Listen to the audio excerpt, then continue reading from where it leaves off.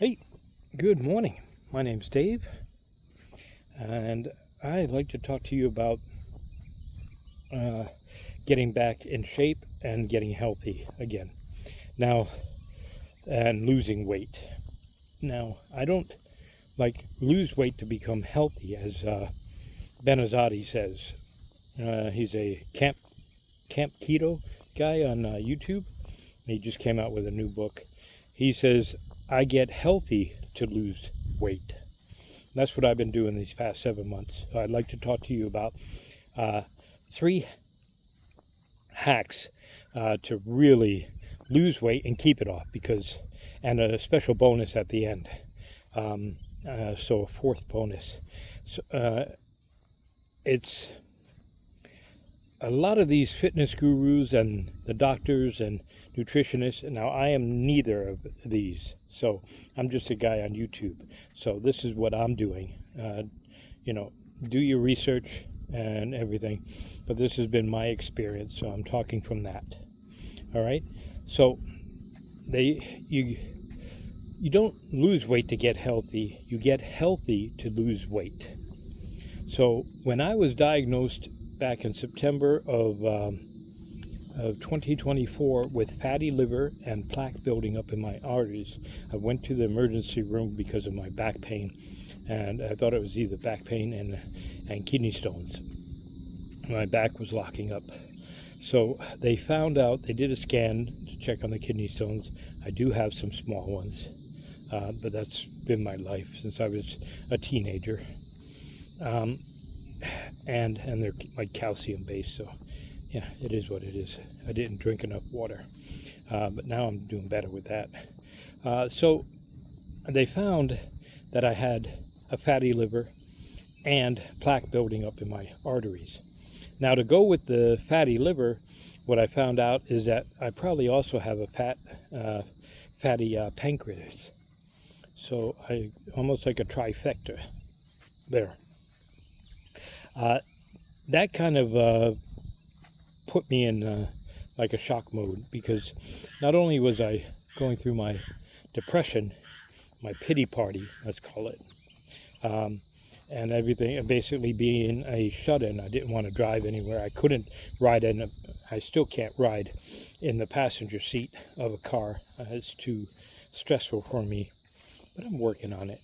I can drive short distances, so you know, I'm getting there. But you know, what that really, having that thing, because my mom went through 2 or 4 double bypasses in her, from her 40s to 50s, and then she passed away with Prinzmantle angina. She had a ruptured artery in her early 60s. So my dad died from a stroke, diabetic stroke, in his 50s. My brother died from a ruptured artery in his 50s. My sisters in their 70s are still alive. So they got the good side of the genes. Now, I've got, and it's not really genes, so I'll explain that in a minute. But I'll just use that because that's a common phrase. So that set me on this track of saying, I need to change something. And then I started researching, how do I fix a fatty liver? Well, it says you got to get rid of your visceral fat. That's all the fat that's around your organs. And the best way to do that is to get off the SAD diet, the standard American diet.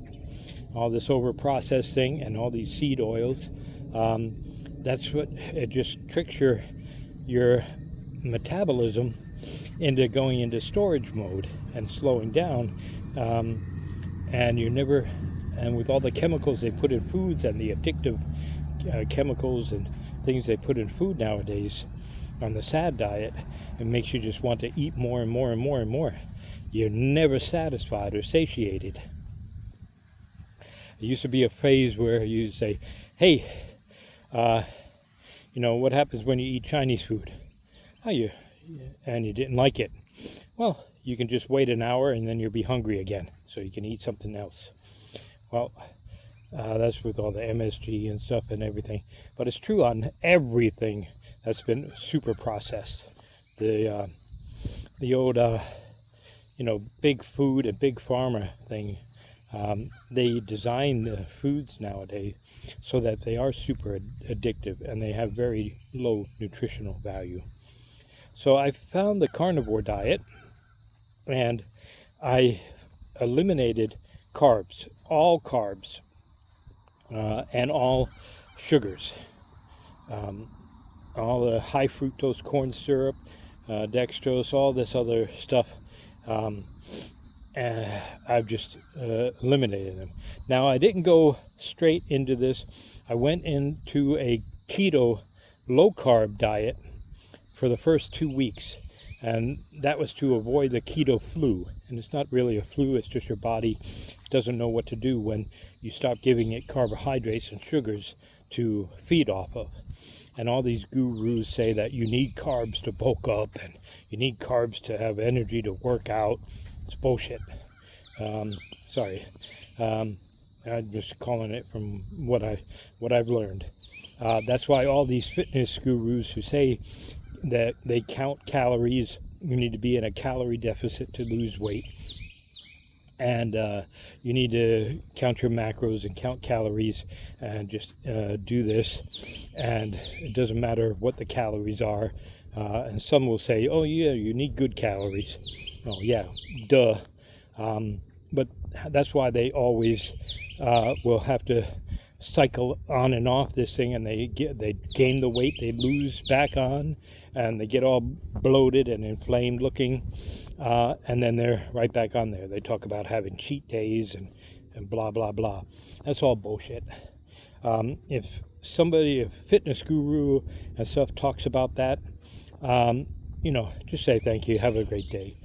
Find yourself another fitness guy that understands how the metabolism really works and what you need to do to adjust it so that you're not cycling up and down. You're getting fat, you're getting the cortisol belly, or the beer belly, because your fitness guy says, oh yeah, it's not summer, so yeah, you can just eat whatever you want, gain all the weight so that you bulk up on your muscles, and then you just repeat the whole cycle in the summertime. Well, yes, let's qualify that a little bit. We, as humans that have been around for millions of years, our bodies have adapted to a cyclical pattern, where we have times of plenty, spring and summer. Our food sources is good, and we can hunt for berries, whatever, and like sugars and stuff, just to give us that little boost of energy. Now, and then in the fall, it slows down, and the winter, it comes up, so that there's no refrigerators and everything. We were used to eating fat and protein that we stored over the winter, and then later on it was some grains, but our bodies haven't caught up to that.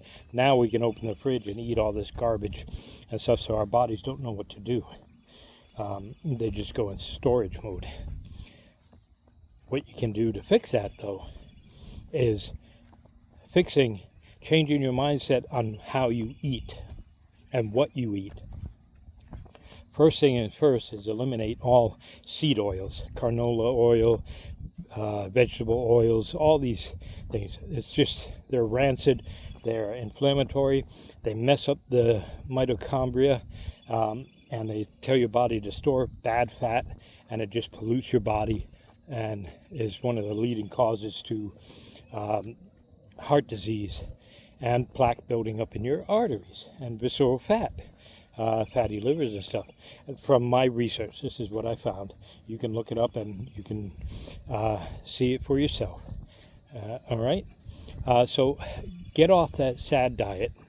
Go on a low carb diet. It takes a couple of weeks to a month or so for your body to become what they call fat adapted. Once you're fat adapted, then you can just about eliminate all carbs. And I've basically done that Now I'm under about 25, less than 25 in carbs, because I do drink half and half organic creamer in my coffee. So, and I eat organic goat cheese, Picarolo soft cheese, not the hard one. I'm not a big fan of that, even though that's better for you, because it's full of fatty C, an amino chain block that's really healthy for you, that people are deficient in, because we don't eat healthy animal cheeses and healthy milk. Don't buy regular milk or regular creamer and stuff. They put all kinds of garbage in it, even like estrogen. Yeah, buy only raw milk if you can, or organic, so it doesn't have anything there. I happen to use A2, A1, I forget now. I see the box every day. It's organic and it has a higher level of fatty C. If you look at fatty C supplements, they're expensive. It's like $130 for a 30 or 60 tablet bottle. That's out of my price range of what I want to spend on a supplement. So I get it naturally. So I changed my diet and my way of thinking about food. Yes, I miss having my strawberry cheesecake, my blueberry muffin. I used to have a blueberry muffin pretty often with my coffee in the morning. I miss having ketchup until I found out how they make ketchup. It has basically no tomato in it. It's all these chemicals. It's horrible for you. Same with even the real mayonnaise. It's all like corn oil, canola oil on it. Get the natural, the avocado mayonnaise and the real natural mayonnaise if you like mayonnaise. I don't. My wife and daughter do. And then, so change your diet, and then find yourself either with a keto diet or a Mediterranean diet. I can't recommend going on a vegan diet because I don't agree with that. I understand that they do it because of helping animals and things like that, but I don't agree with it, so I can't recommend it. I've seen too many people who look sick on vegan diets and are sick, so I can't recommend that. I can recommend a carnivore diet because that's what I'm on. I'm about 90% carnivore, except for, I do eat sauerkraut, fermented sauerkraut, non-pasteurized, organic, so to build up my gut biome and get the healthy gut flora, or whatever they call it, in my gut for digestion. I don't have constipation issues. You're like, thanks for sharing that, Dave. None of that. I eat carnivore. I eat like 4 or 5 eggs in the morning with a beef patty or some sausage patties, a clean sausage, not that has all that sugars in it. Same with bacon. Get low sugar bacon, or no sugar bacon, no sugar added, and no nitrates added on the bacon and sausages. So I do that, and then I have, if I'm eating 2 meals a day, I'll have steak and a couple of beef patties. I've been trying to raise that up to boost my protein level intake for the day, so that I can build muscle mass, which I'm doing that while I'm dropping the last few 20 pounds or so that I need to drop on my belly. Oh, here's my shirt today. What do you think? People should seriously stop expecting normal from me. We all know it's never gonna happen. All right, I like these shirts. They're a little sarcastic and funny shirts.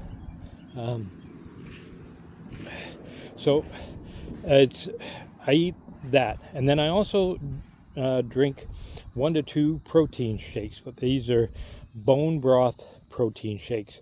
Now I like the chocolate flavor. It's made with organic cocoa cacao beans, whatever, chocolate, and monk fruit.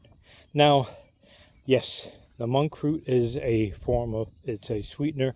It is one of the most healthiest sweeteners that I have. So, and it's only 1 gram. So every time I drink that, I get 1 gram of sugar, which goes into my glucose, my carbs and stuff, and the 1 gram from the milk for my carbs. So I am under 25 carbs a day. So I'm still fat adapted. I'm burning ketones later on in the day at the rate between 1 to 9, maybe, ketones. Yesterday I was at 5.5, I think.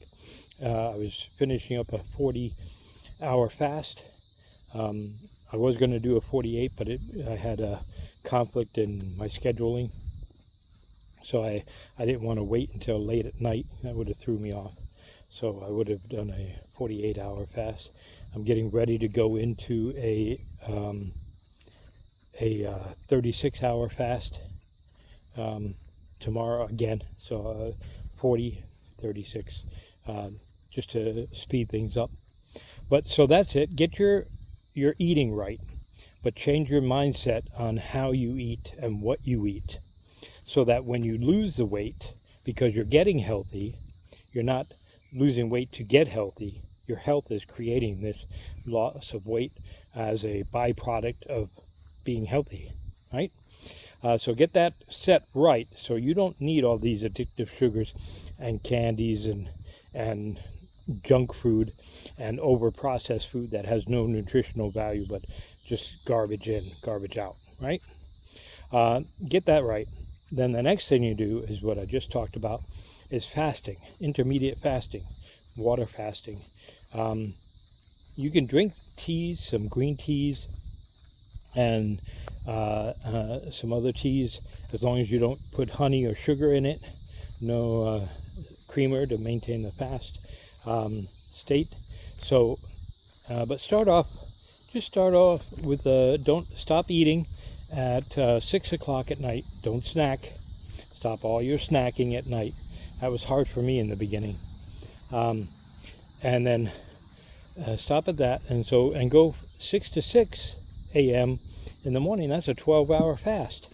Your body is going through all kinds of great things. You're going into ketosis, and your body is burning ketones instead of the fat and carbs, and your body is resetting itself and getting rid of dead cells and dead microbials, I think, on just a 12-hour fast. Then gradually increase that to 18 hours, and then start shortening your windows, your eating. Instead of going from 6 to 6 p.m. to 6 a.m., just change it. So start your fast at 6 p.m. Or 5, and then don't eat again until like 10 or 11.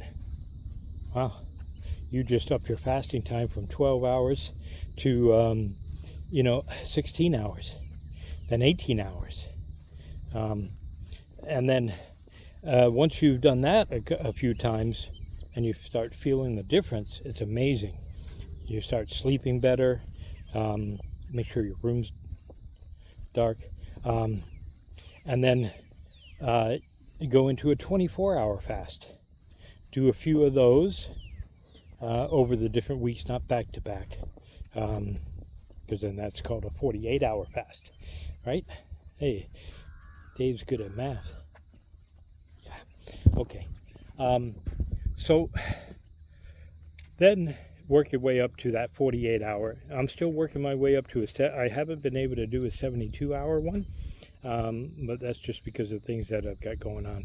Like yesterday I had an injection on my tailbone to help with the pain, and so far it's been really good.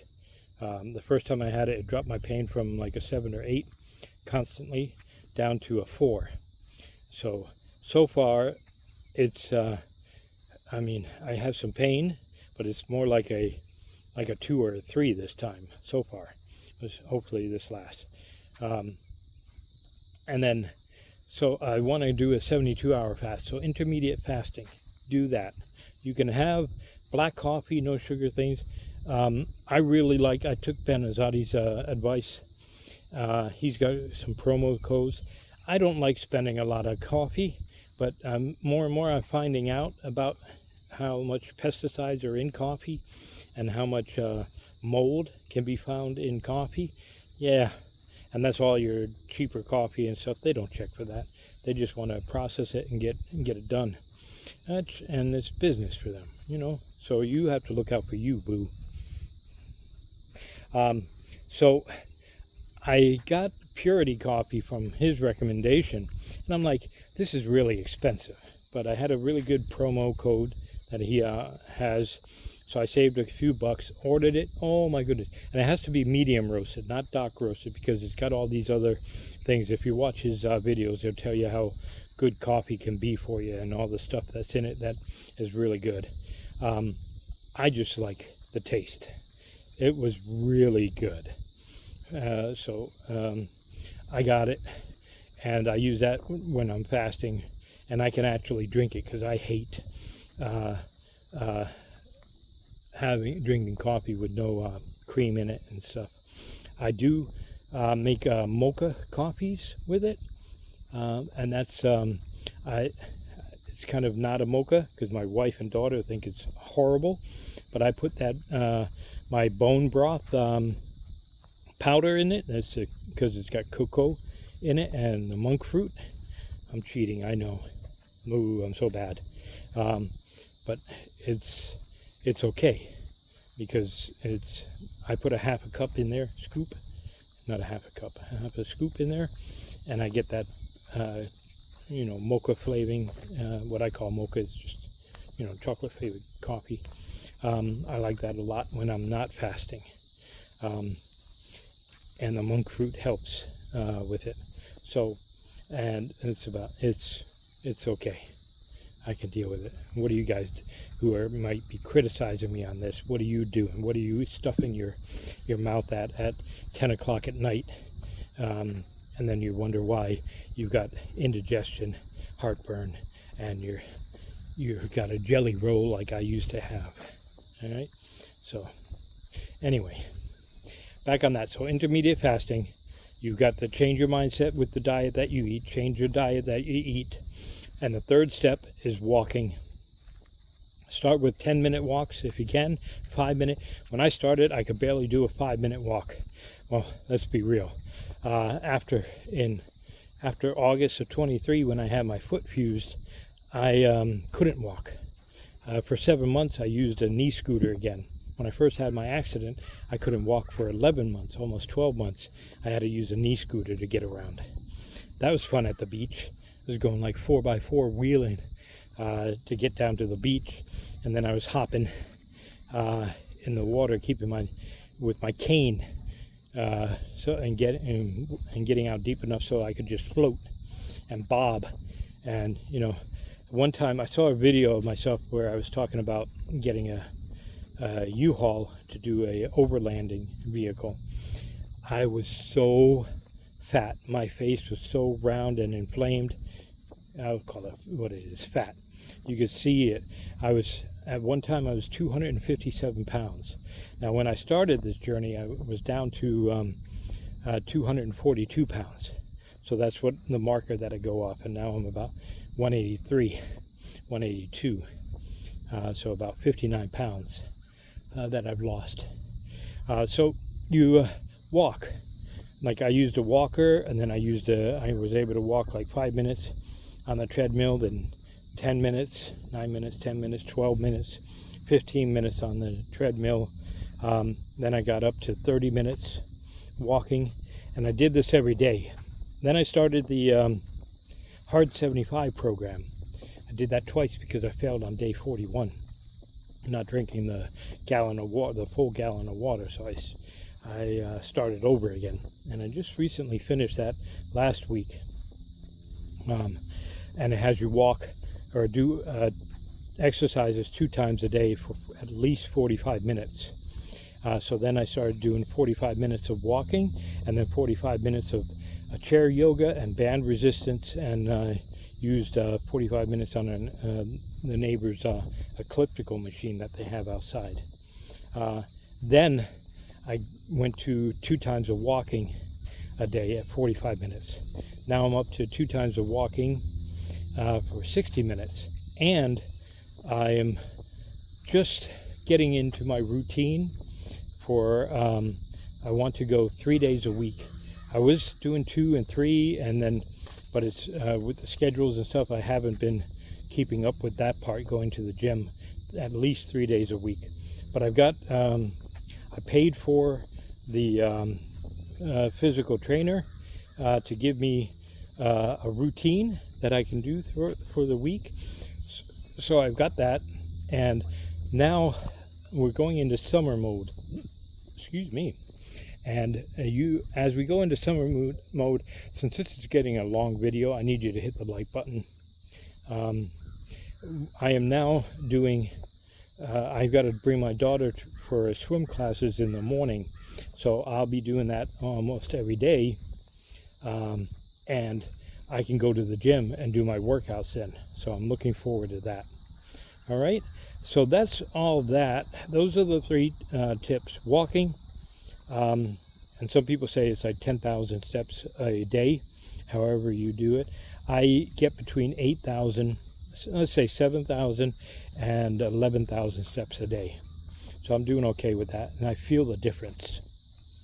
The other hack, and I mentioned it briefly just a minute ago, and now I'm going blank on it, is that, you know, you just, let's think of another hack.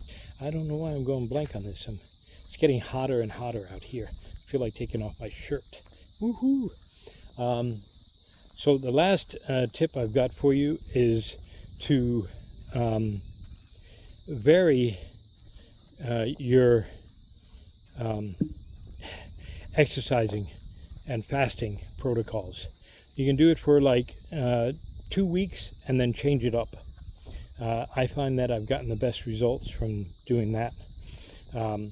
Now, like I do push-ups. I couldn't do push-ups before, and I'm up to about 22 push-ups, 3 sets of 20 or 22. I just started doing 22. So I do 2 sets of that, and then I do like 1 set of like 24. It's almost a failure. And every week I've been raising my push-ups. So that's good. And then now I'm getting ready. The leg lift thing that I tried to do, the butterfly kicks, the airborne thing, that didn't work. I couldn't get into it. So I want to try burpees. I want to do, I've seen a bunch of them that do burpees for 60 days and burpees for 100 days, like 100 burpees a day for 100 days. And that looks extremely interesting. Now I can't jump, jump up in a burpee. Ooh. I can't do that with my heel yet, but I can do like a modified one, and then there's like you get down and step back and stuff, one-legged thing. I saw on this one gentleman that was doing 100 burpees in 100 days. I forget his name. He doesn't post anymore. He hasn't posted in 3 months for some reason. I think 3 months or a year maybe. But I really like that video, so I think I'm going to try that next. But anyway, this video is super long, 30 minutes almost. My apologies for that. I know most of you dropped off already, but for those who stuck to the end, thank you. So you guys have a blessed day.